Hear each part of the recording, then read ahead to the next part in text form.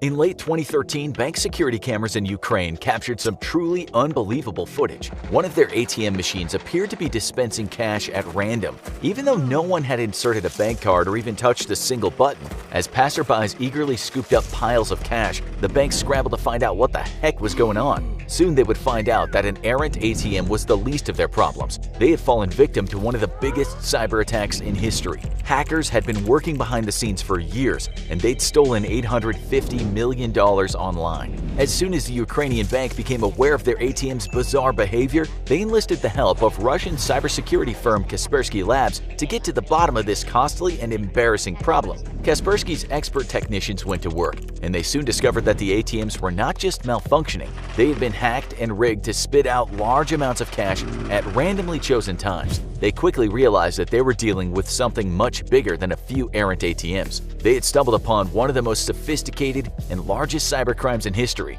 and the ATMs were just the tip of the iceberg. The diligent technicians were able to determine that a group of extremely skilled professional hackers were behind these astonishing attacks. The attacks didn't appear to be the work of any one country or nation-state. Rather, the experts determined that a tightly knit and highly sophisticated ring of cybercriminals from Russia, China, and everywhere were to blame for the unruly ATMs and many more attacks besides. The group, dubbed the Carbanak Cyber Gang after the malicious software they used in their attacks, had stolen more than $850 million from hundreds of banks all over the world. As technicians continued their investigation, they came to realize that these attacks had been going on for years and that the group had targeted countless banks in countries all over the world. In fact, the attacks continued even as Kaspersky Labs technicians were uncovering more and more evidence of the hackers' activities. As they uncovered the details of the hackers' crimes, the group continued to steal thousands of dollars a day from the world's banks. Part of the reason the hackers were able to successfully rob so many banks for years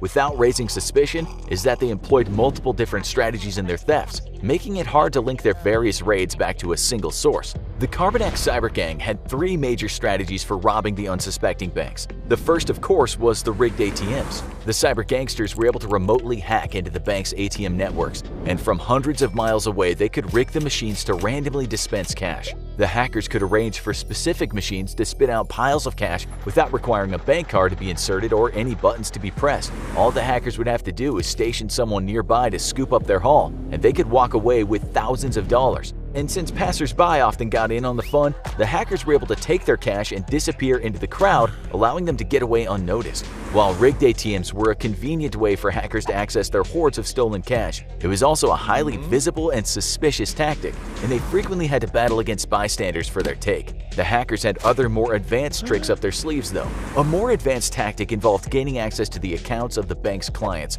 and using them to funnel stolen funds into the hands of the hackers. Once the hackers had infiltrated the bank's network, they would implement a scheme that involved significantly inflating the balance of a client's account before transferring the excess funds into their own accounts. For example, a client's account might have an initial balance of $1,000 before the hackers got a hold of it and inflated the balance to $10,000. The hackers would then transfer $9,000 to their own accounts. The client would be none the wiser, since their balance would appear to have remained unchanged. Inflating accounts was an easy way for the hackers to make off with tens of thousands of dollars for just a few hours' work, but they had their eyes on even bigger targets. The biggest sums of money were stolen in the boldest and most sophisticated online raids. Once the hackers had gained access to the bank's internal network, they were able to do much more than simply alter bank account balances. With unfettered access to the bank's internal workings, the hackers were able to initiate huge cash transfers from the bank's accounts into their own accounts using the bank's internal cash transfer system. Using the bank's own accounts meant they didn't have to worry about transfer limits or large transaction alerts on personal accounts. Instead, they were often able to make off with millions of dollars from a single raid, and by the time the banks noticed what happened, the hackers were long gone, enjoying their spoils hundreds of miles away. These strategies were incredibly lucrative for the hackers. Losses per bank ranged from between $2.5 million on the low end up to $10 million or more for some of the hardest-hit institutions. One bank reported that $10 million was stolen during a single raid of their online platform, while another bank lost $7.3 million through the gang's ATM scheme. Altogether, the Carbanak Cyber Gang is thought to have stolen upwards of €1 billion from the world's financial institutions. Rigging ATMs and funneling thousands of dollars through client accounts is one thing, but stealing tens of millions from the bank's own accounts is quite another. How on earth did the hackers get away with such audacious crimes? Part of it has to do with geography. Over a 2-year period, the hackers raided more than 100 different banks in 30 different countries around the world, making it nearly impossible to link the attacks to a single group and allowing the hackers to stay one step ahead of the banks and the authorities. Most of the targeted banks were located in Russia, Ukraine, and China, although the hackers also hit banks in the US, Germany, and countless other countries. Stolen funds were funneled into fraudulent destination accounts that were also hidden all over the world. Much of the stolen money ended up in accounts in the US, China, and Russia. Another reason the hackers were able to get away with their schemes for so long is that they targeted the banks themselves, not the bank's clients. Had the hackers been stealing directly from customer accounts, the clients would have been quick to notice and raise the alarm, and the banks would have had no choice but to investigate and publicly acknowledge the theft. By targeting the bank's own internal accounts instead, the embarrassed banks were eager to keep the details of their thefts under wraps, which made it unlikely that they would connect their own robbery to raids at other banks and harder for investigators to immediately realize the true size and scope of these attacks. While targeting the banks themselves and hitting targets all over the world certainly helped the hackers keep a low profile, their best weapon was their incredible patience. According to Chris Doggett, Kaspersky Labs' North American managing director, most cybercriminals simply smash their way into a system, take whatever they can grab quickly, and run before they get caught. The Carbon X cyber gang, on the other hand, was much more Ocean's 11 than Bonnie and Clyde. As Doggett put it, it would often take the hackers between 2 and 4 months to complete a single raid, and their process was highly sophisticated. Kaspersky Labs' Doggett notes that Carbon X raids were particularly worrisome for banks because it didn't matter what software the banks used. The hackers could find a way in. Even the most advanced proprietary software proved no match for the hackers, who were using a rather simple method for gaining access to the bank's internal networks: good old-fashioned phishing emails. Phishing is one of the oldest forms of cyber attacks, dating back to the 1990s, and it still is one of the most widespread cybersecurity threats. Americans alone lose $57 million a year to phishing scams. A phishing attack is a cyber attack that uses email as a weapon to trick recipients into downloading an attachment that contains a virus or malware. What the Carbon X cyber gang was doing was a sophisticated version of phishing known as spear phishing. Great care was taken to craft legitimate-looking fake emails that would appear to have come from a colleague within the bank and fool the unsuspecting recipient into a false sense of security. Once they'd clicked the link and the malicious Carbon X software was unleashed in the bank's network, it would be nearly impossible to find and contain it. The sophisticated software was able to operate independently, making its way through the bank's internal networks, infecting computer after computer until it found its true target: the computers of employees responsible for the bank's internal accounting and cash transfer systems. This is where the hackers' extreme patience really paid off. Once they had gained access to their target's computers, the hackers would then spend weeks and even months spying on the bank's employees and gathering intel about the bank's operations and routines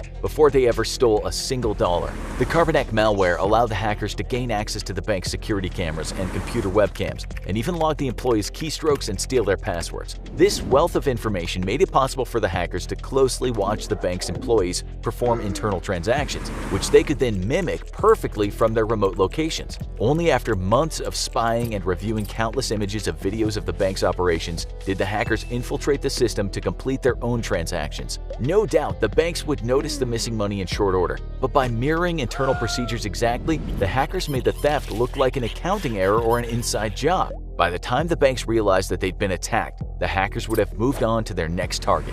The stolen funds would then be withdrawn using the rigged ATMs, transferred to fraudulent accounts in other countries, or laundered using cryptocurrency or prepaid credit cards to hide the source of the funds and make it nearly impossible to trace the money back to the hackers. The hackers would then use the laundered money to purchase luxury goods like cars and even homes, adding another layer of deception and making it still harder to trace the funds. According to Europol, the Carbon X cyber gang has been behind the theft of more than €1 billion since they started their attacks. The majority of the funds were taken from financial institutions, but in 2017 the hackers changed tactics and began targeting the hospitality industry too, stealing millions from restaurants and retail organizations and even infecting point-of-sale systems.